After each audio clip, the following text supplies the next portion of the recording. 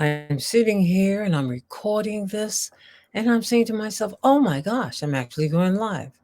Now, just to bring you up to date, I am probably doing what most people would consider my fourth reincarnation. So I am playing with this particular thing, this particular new technique or technology, which is called live streaming. And I decided that I was going to have a good time with it. This is my maiden voyage, everyone. Welcome, welcome, welcome. My name is Natalie J. I'm also known as NJ Evans. And I happen to have a public relations company. And the public relations company, we deal with strategies that focus on media as well as technology. And we're also looking at the fact that we want women of color and those that are 45 years old and above. And the reason for that is because of where we are right now. This is 2023, and we already know how 2023 is going so far. Very interesting. But before I even do any of that, what I wanted to do was just introduce myself and say to you, I'm in the community, have been in the community for a long time, every now and then in the front, but mostly in the back. I have a television radio productions background, I have an audio engineer's background. I just love technology and love the media. And then I am presently actually in school for cybersecurity for my certificate. And one of the things that I just found out, well, I didn't just find out, I kind of knew for a while, and that was the fact that I like cybersecurity as well, cyber. And I think that that has always been on my plate. But before I go any further, let me explain the reasons why I'm coming to you at this time. Number one, this particular show is being called The Evening Drive Home. And in my world, this is the fourth quarter. So if this is the fourth quarter, this means that this is when you get all your energy together and you start pushing because lady, this is it. This is the big one. Who was that? Stanford. Somebody used to say, this is the big one. I can't even remember whom. But I wanted to share with you some of the things that I had experienced on my journey. And then you'll understand the reasons why I decided to take public relations strategies, incorporate media, which I'm very strong in, and cybersecurity, which I happen to like. And also, I have another component that I don't really just put in front of people, I just intertwine it with my conversations, and that is the personal being. So, we're going to begin this journey, you and I, with me talking about the personal side. So, yes, my face is fading in and out because I don't really have a green screen, but I'll use it next time. I was just experimenting on this one, but I decided to go live with the experiment, and what the heck, you know, what the heck. And who knows, I might even begin to really like this. So let's begin at the beginning. I came from a background of not really artists, but in a sense, artists. I was introduced to filmmaking and photography, music, and writing when I was, I'd say 10 years old is when I became introduced to the filmmaking side of it. But prior to that, I had the rest of that package. And I loved it as a child, and I had no idea it was going to become actually my career in life. So I remember there was a competition as I got older. There was a competition that was in the wonderful, wonderful, big, big borough, little borough of Kings. Excuse me, the borough is Brooklyn, in Brooklyn, and the county's Kings. And I happen to be from New York. And I remember them. There was this announcement that artists were being sought after by this Model Cities program. So we represented the Model Cities program in New York. Now, I've met quite a few other people who went through the Model Cities program, but in other cities, which amazed me. But anyway, back to the story. And it was phenomenal. 300 entries, 25 selected. I was one of 25. Had a great time until I didn't. I was introduced to wonderful equipment. Now, remember, I already had a background in photography. I already knew how to use a film camera. I already knew how to judge feet standing here over there. I could tell you what the distance was by just looking at it. I learned all of that from my father, who was a World War II vet. So I have that military side to me too, even though I didn't realize I had one. But I remember that that particular course was only a 1 year course. I was, let me see, 1970. Okay. And it was fun.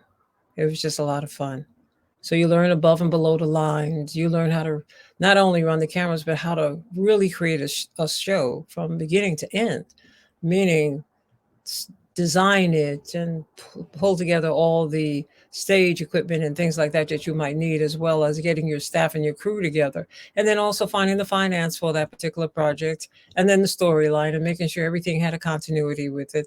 And then you had below the line status, in which the director was the big cheese, but the director was also working in conjunction with the producer, and then you had your camera people and your floor directors and your audio engineers and your lighting people, and it just went on and on and on. But it was a great orchestration when you could pull it together nice and neatly, and I was in love with it.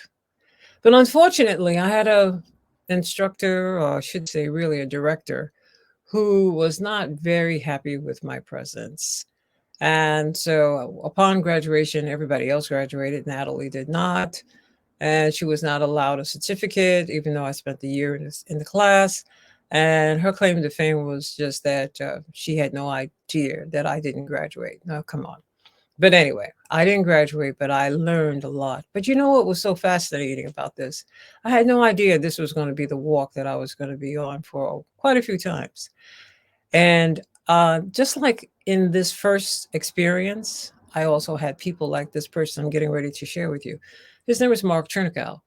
Mark happened to have been a student teacher with us over there at Brooklyn College Model Cities program. And Mark was phenomenal. He looked after me. He really did. He made sure that I didn't fall between the cracks.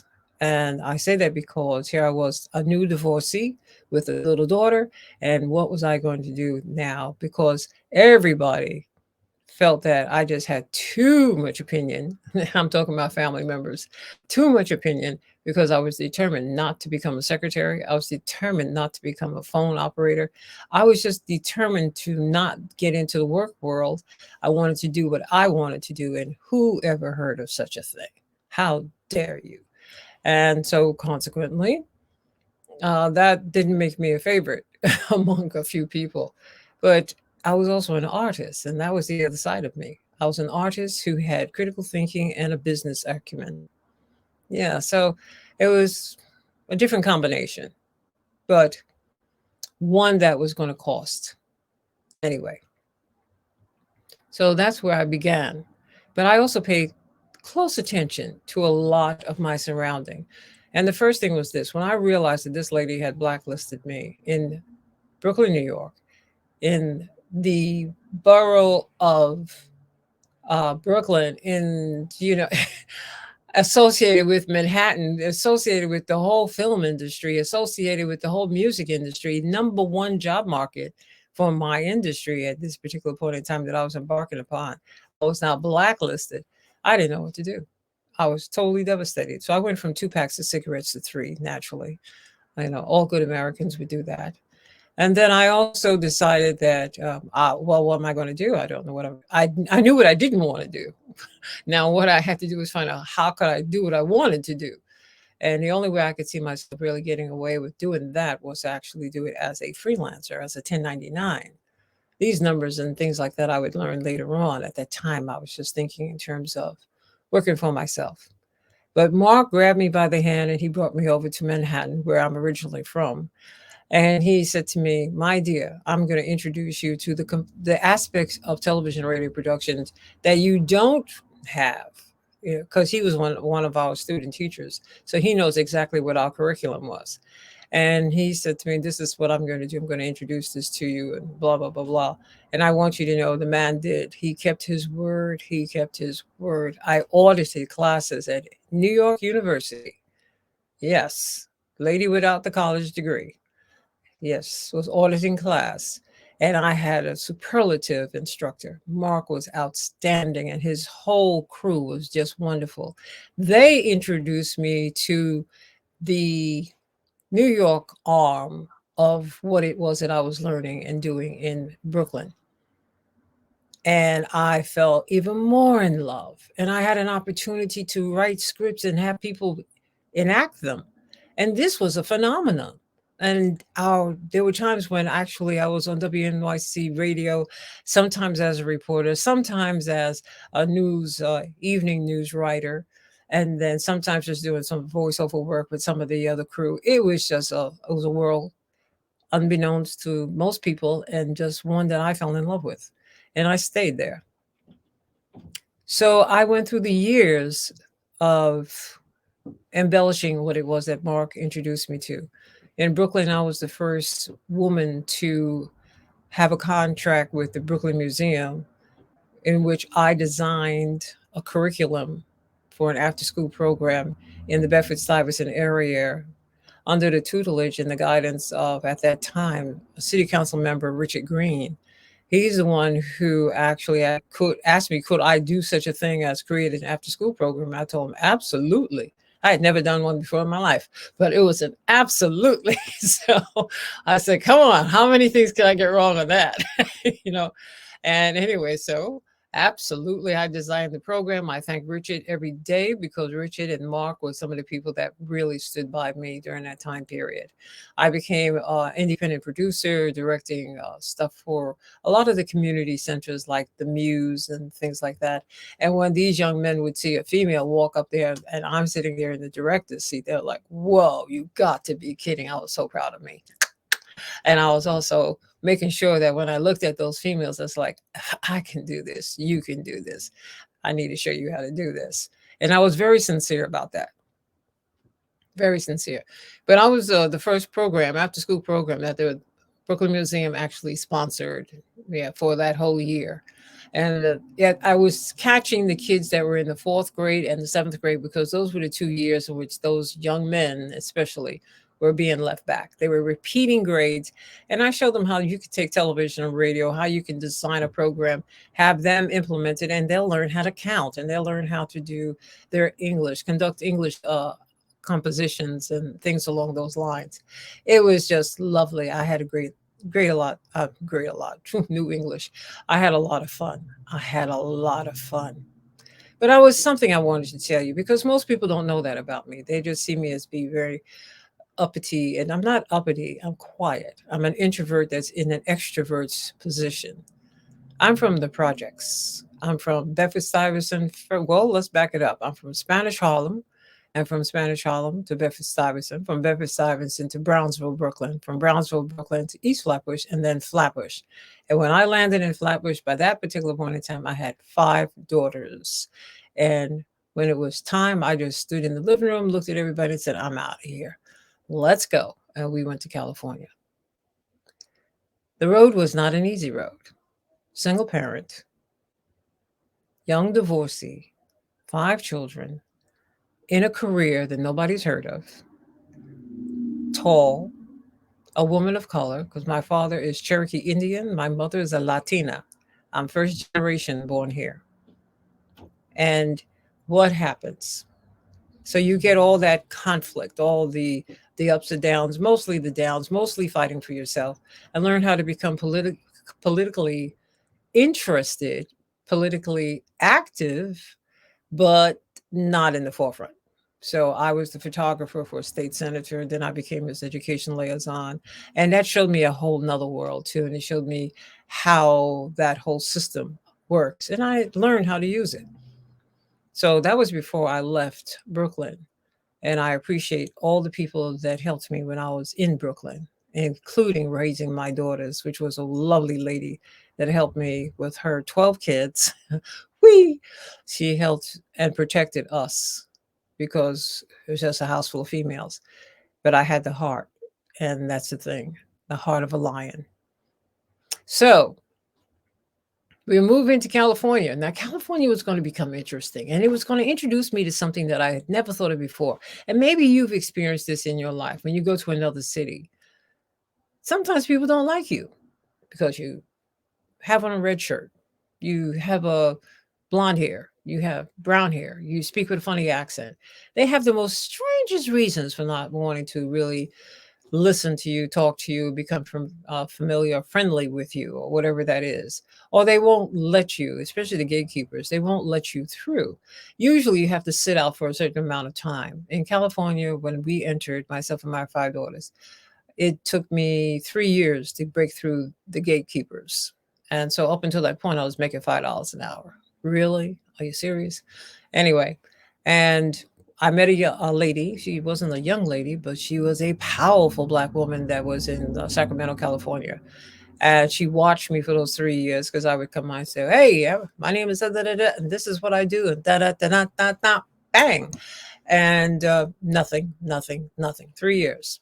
And then one day she called me and she says, "Come here, I want to talk to you." And I said, "Sure." And I went over to her and I said, "What's up?" And so she goes, "I have something I'd like for you to apply for." And I said, "What's that?" She goes, "There's a grant that's coming on the table and they need someone to give it to." I was like, "Really? Is that how this works?" you know, and I was very thankful. And it was true. And I had competition though. I just walked right in and sat right down. It was one of those things where I had to explain myself. I had to compete against others. And I designed a curriculum for young people and it became funded. And I was also reprimanded by one of the city council members because he said to me, "Listen, you're apolitical." I said, "Yes." And so he says, "No, if you want to make money and if you want to do anything in this town, you're going to have to become very political." I said, "No, I'm not doing that." So that became the platform that I actually stood on for the remainder of my years. My reason for telling you this story is because I'm from the projects. I'm from an area that if most people would say, "Oh, no, I'm not going to go forward." But one of the things that I'm glad I had the parents that I had because I also learned how to sit still. I learned how to sit still. I learned how to write. I learned how to articulate.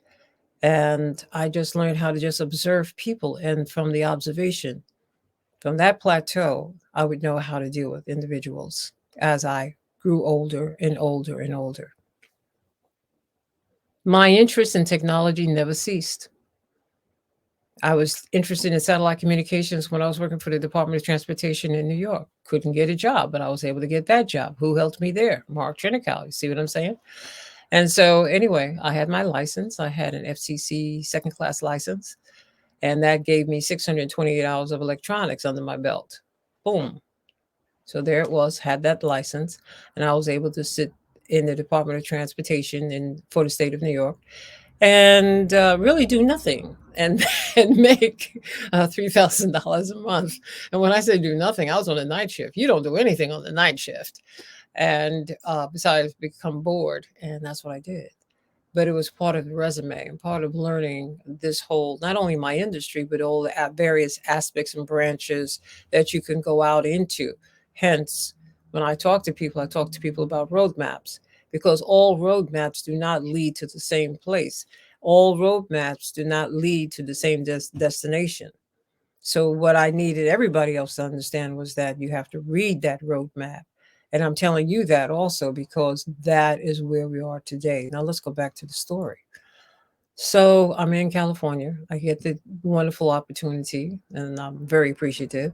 I design a program, I pitch it to these 5 ladies, all Europeans. And they actually wanted me to give them my proposal, which I had designed as well. And so I said to them, I said, "Why would I do that?" And so they said, "Well, because we're asking you for it." I said, "Yeah, but why would I do that? I heard what you said, but you didn't hear what I was asking you. Why would I give you something that I designed, slaved over for you to take it as yours? Why would I do that?" I had a Catholic school bringing.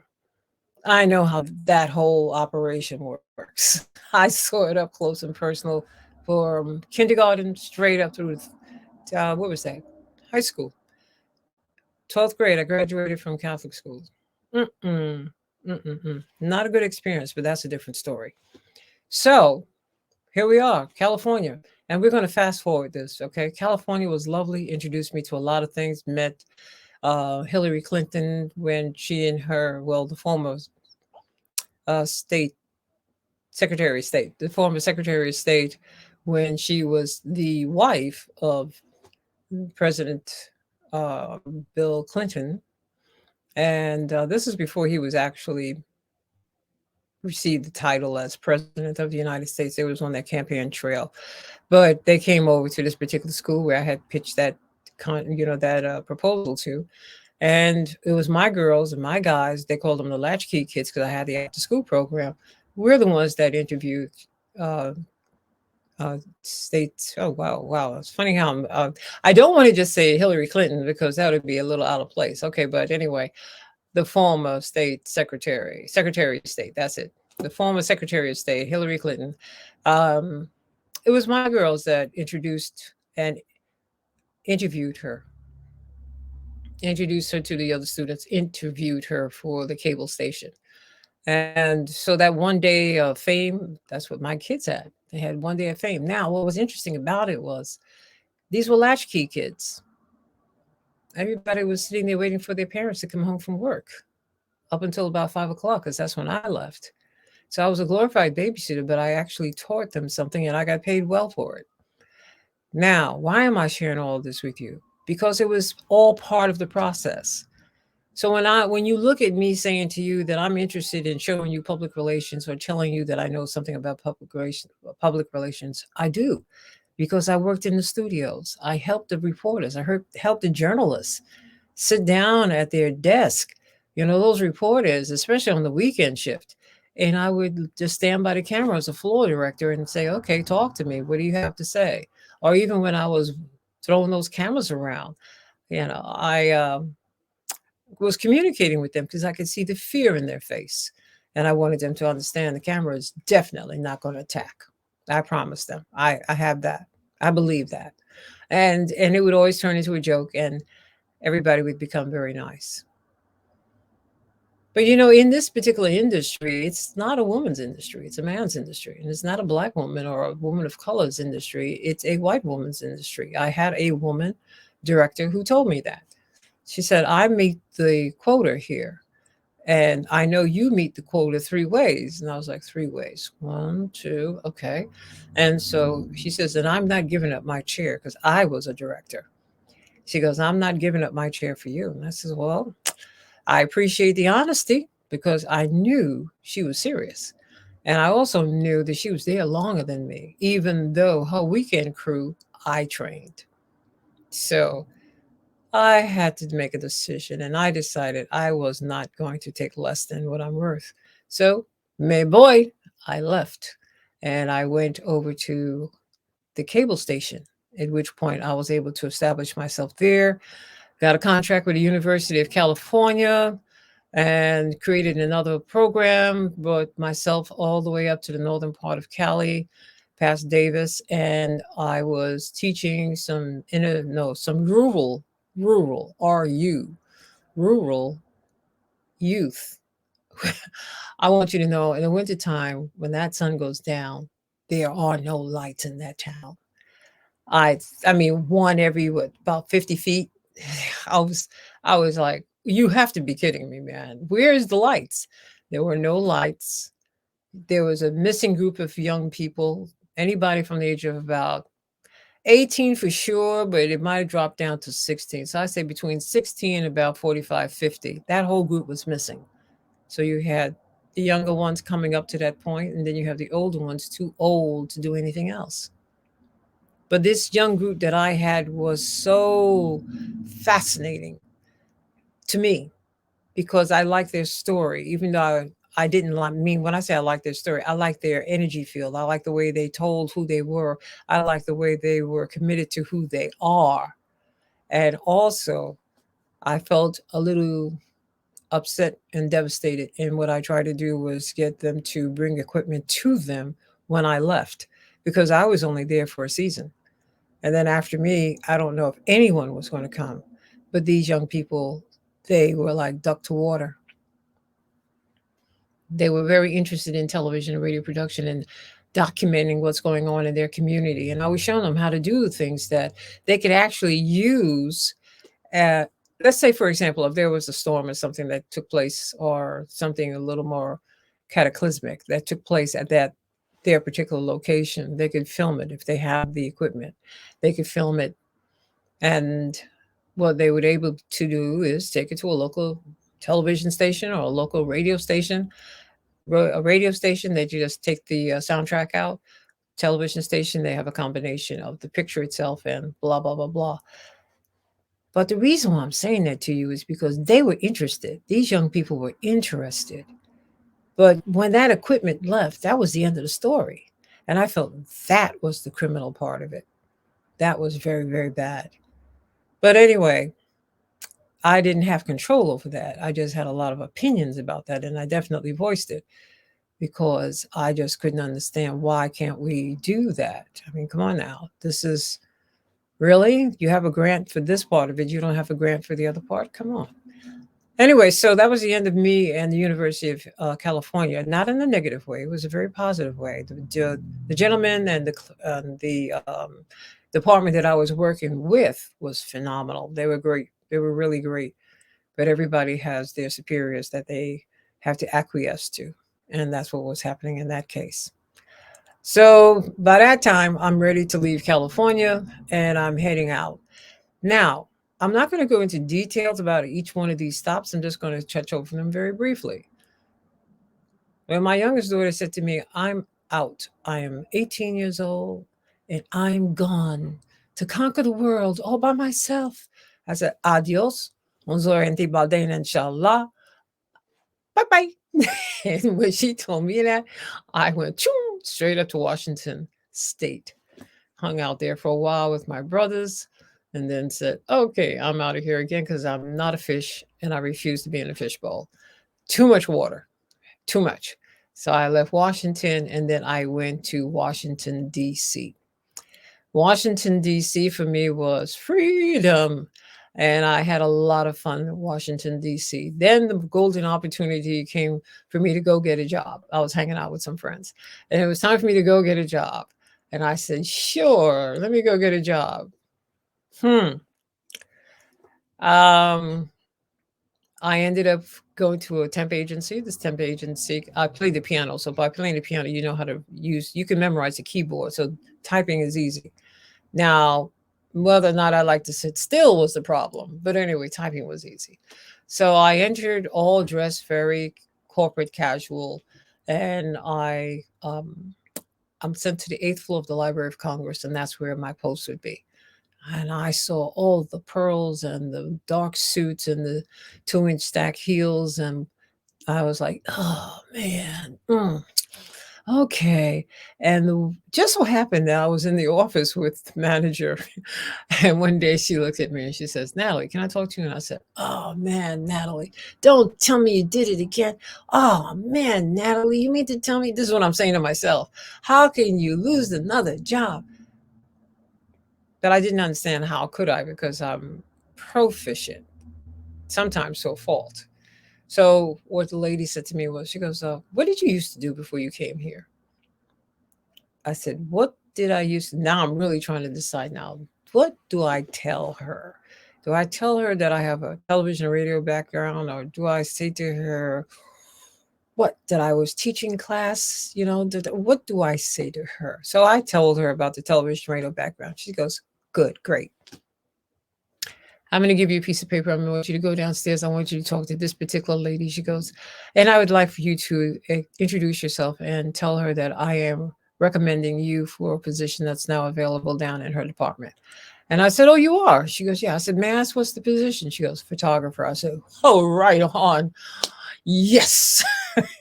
And so downstairs, I went to the first floor of the Library of Congress, where everybody was an artist. They had all kinds of clothing that they were wearing, all different colors that they were wearing. It was just a beautiful thing.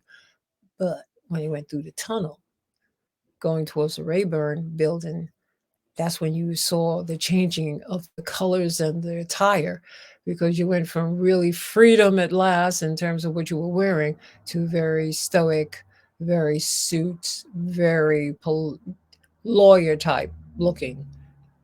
And it was just phenomenal. When the first couple of times I went down there and I saw that, I said, you got to be kidding. This is what's going on down here? But be that as it may, so now why am I showing you that? Because it was all those different personalities and all those opportunities to really learn the humanness in people. Yeah, learned how to be able to see people and read who they are and what they want to be about and what they truly are about. And right now, in this day and time, I'm wrapping this up. Right now, in this day and time, it's very important for all of us to be able to read and read clearly. We came here with certain gifts. And I really mean that I feel that everybody has a specific gift that only they can do. And you have to find out what your gift is. That's number one. And even for myself, as I told you before, this is my fourth incarnation. And here it is. I am now saying, okay, what am I going to do now? Yeah, because I had no intentions of living this long. I'm a baby boomer. So, baby boomers, we didn't plan for this. This wasn't part of the game. But obviously, it is part of the game. So, I'm taking all the information and all the insights that I have, my ability to just love to learn, and I love technology, and I definitely was a Trekkie. So all these different things, I'm putting it all together as I move forward. I was not one of the boomers who decided to be afraid. I mean, totally afraid of anything that was digital. I went from analog to digital just like you go right outside of a door as you walk outside of a door. It's not a big deal. And that's where we have to be now. So back to Library of Congress. So me going downstairs to the Library of Congress into an environment that I loved, I excelled. So I did receive the credit as being a staff photographer at the Library of Congress and a writer for their little gazette. And then when I left there, I went into Houston, Texas. But that was after I stopped off in New York. And there was a reason because that's when the World Trade Center imploded. And that was devastating, to say the least. I went to Houston, enjoyed Houston. I didn't have to stay 3 years. I was like maybe about 2.5 years. I met a woman, but this time I knew what I needed to know. And I went and met the woman who could introduce me to the rest of the people in the community, did a lot of things in the community, was very instrumental in having people from the Katrina scenario when Hurricane Katrina hit Houston, Texas. I was very involved with that with the mayor and everyone else. And not only myself, but myself and the state representatives and heavy community people, as well as the population at large. So I do know what it's like to be 14 days without lights and no water and things along those lines. But I wasn't devastated, not like how some people were, and especially not how the people that came in from New Orleans were. And Lieutenant General Honore, unbelievable person, unbelievable. Moses, I call him the Black Moses because he brought in those 27,000 people into Houston, Texas, and Houston, Texas had to open up and find a place for everybody to live and be and try to be at one and comfortable as much as comfort can do. But in that, I also saw young people who could not read. I saw young people who could not turn on a computer. And I was saying, not in this day and time, you can't do that. So now I bring this to you because if you're a business person, there are so many things that are happening right now. And you have to use all of your tools in order to be successful in where you're going. So you're going to have to be able to read the person that you're looking at. You're going to have to use critical thinking to make sure that you understand what's being said. And if you don't understand and you ask until you do understand. You understand that? And the other thing is this. There are certain aspects to your own being. Let's say, for an example, I'll show you this. I was on air personality in Houston, Texas, as I mentioned a minute ago. But I was in a relationship, and I was in a relationship with a gentleman who seemed to like the idea of having a discourse. That's an argument. A discourse just as I was going to work. I was on a night shift. And I could not understand. The first couple of times I thought it was just a coincidence. Then I said, no, this is not going to be able to work. And he was surprised. I didn't have a problem with leaving. My biggie was staying. All right. But I left because I was not going to endure and I was not going to acquiesce. I wasn't going to sit down and take somebody's stuff and then have to go and be with the public and talk to my audience and present them with a wonderful evening, and somebody's causing me drama on the other end. You can't let somebody do that to you. And I'm telling you that not because I'm reading it out of a book, I'm telling you that from experience. You have to make a decision about yourself, and that's all a part of being a business owner. And most people want to just isolate that aspect. No, you can't. You have to identify with the little child that's within you, the one that was 4 and 5 and 6 and 7 and 10 and 12 years old that was hurt by somebody in the family. It's always a family member or a family member's friend. All right. You have to be able to sit back and take that little child that's inside of you, calm her down, and get to a place where all of you can become one, because somebody will read something is off with you and they don't know what it is, and consequently you will not get the job, or you will not make the contract, or you'll do something to sabotage yourself. Do none of the above. You take good care of yourself, and remember, I'm sharing this with you not as a novice. I'm a Brownsville, Brooklyn kid who's saying to you, I escaped the drugs. I escaped the craziness of it all. And I didn't escape it to just sit there and do nothing for the people who are behind me. I even escaped New York. But I say this to you, it's time for you to escape whatever the drama and the trauma is that's in your head, so that you can pull your business together. And there's a lot of community things that are out there that you can associate with. And now that I'm in Phoenix, I have decided that I was going to embark upon that journey and learn the different aspects and the different communities and different organizations in order to see exactly, uh, how do I fit in this? I'm here for a reason. I hope that this story was not only because it was a story, but it's my life, aspects of my life. And I say to you, I wouldn't have had it any other way. I would not have had it any other way. And I hope that I give you the courage and the strength to move forward no matter what's facing you. And trust me, no silver spoons over here, darling. None. Even though I walk and act like it, no silver spoons, no gold spoons. Pewter at times. But anyway, it's been an honor and a pleasure. Thank you so much for spending this time with me. My name, when I was in Houston, is called Natalie J from the Night Train. That was my radio name, my handle, as they would say. And now, as I said to you before, with this fourth incarnation, reincarnation, I am just NJ Evans. And I like it like that, NJ Evans. And I move forward from that particular point. Whatever it is that I can share with you, there's going to be a link at the bottom of this page so that you can reach out to me. I do public speaking. Yes, I do. I did it in Houston. I did it everywhere I lived. I was always a public speaker. So I did public speaking. And I also did a lot of community work and things like that. But now I'm running a business and I have some stuff to offer those who are interested in learning. But you have to be committed and we have to make sure it's a fit, because I am not for everybody. And I can tell you that, and you can feel that.